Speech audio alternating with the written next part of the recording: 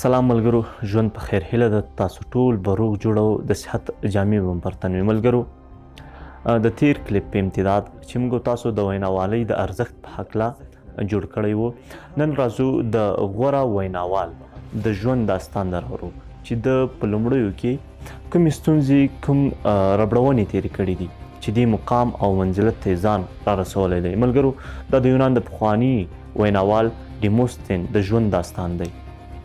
د چې کله د ویناوالۍ د هنر پیلاوه، د فن یې پیلاوه، دی د ژبې له توتلتوب یا بندېدا له مشکل سره مخامخ شو. د نشوی کولی خپلې خبرې فصیح او بلیغه بڼه باندې خلکو ته ورسوي او د خبرو پر منځ کې به ځای ځای بندېده.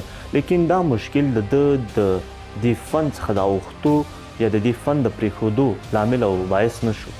د له دې مشکل سره مبارزه وکړه تر څو دی د غوره ویناوالو په کټګورۍ کې خپل ځان ته ځای غوره کړي. ملګرو، د ده د ژوند داستان موږ ته 4 کلمې درس راکوي.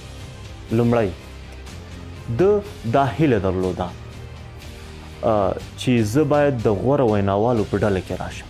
د ده دا هیله د دې باعث شوه چې دی یو هوډ ونیسي، یو اراده وکړي چې دا اراده د ده د هرې ستونزې په مقابل کې د مبارزې کولو یو راز دی او ده غوښتل چې هره ستونزه چې ده ته مخ ته راځي هغه باید حل کړي او هیڅ ستونزې ته تسلیم نشي.